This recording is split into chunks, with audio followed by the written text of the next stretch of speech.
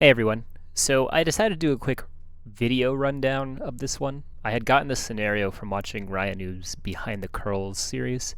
And this is from episode 1 where he played Strongholds on Recharge. Definitely go check it out. I'm going to leave a link in the description for you guys to go watch it. Let's watch the clip to see what Ryan Noob does, and then I'll dive a little bit into, why he does it and then what ends up happening because of this play. So now they're going to be focusing B, so I'm going to go over there and see if I can get a kill. It's going to be a really hard kill. Two of my teammates are dead. I'm going to go back and hold C.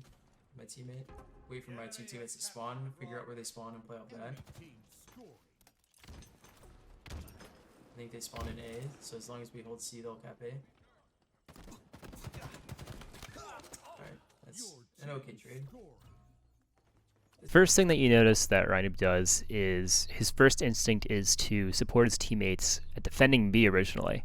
But then he pivots this decision when noticing them dying. He immediately goes back to defend his teammate at C. So he goes back to the one point that his team has control of, where his teammate is. Following a step he actually says in his video, it's probably one of the more crucial things to do when the game state is unfavorable for your team, which is waiting for your team.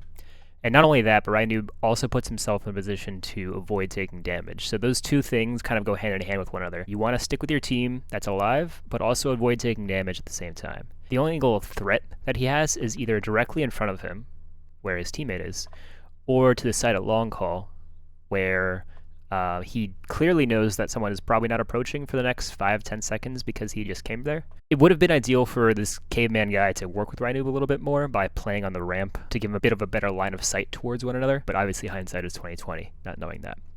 In the end, he does end up getting a kill anyway, so it's fine. But you want to work with your teammate as closely as possible when you're the last two left. Near the end, so we kind of fast forward here, Ryan Noob trades with the guy that he's fighting. And so even though Ryan Noob trades here, this is overall a net gain for his team, because on top of that, Caveman picks up a straggler, and his teammates end up getting favorable spawns at A. And they also get control of map on the back because they keep the defense at C and are also free getting a cap at A. And I think another guy on their team starts picking somebody off too and then ends up capping B at the same time. So they immediately get control back just from the single play alone. What could the enemies have done a little bit differently, right, to approach this better? Don't look for even fights, right? Don't look for a fight that you might trade in this situation where the guy comes up C stairs and trades in a fight. Yeah, you get a kill out of it, but it doesn't do anything for your team, really. So you either want to push as a unit to clear out the stragglers, in this case Caveman and Ryan Noob, or force the spawn at long call, which they could have done by just backing up, getting control of A, making sure there's no spawns at A. They already have control of B and probably attic. The spawns are then forced at long call or at C.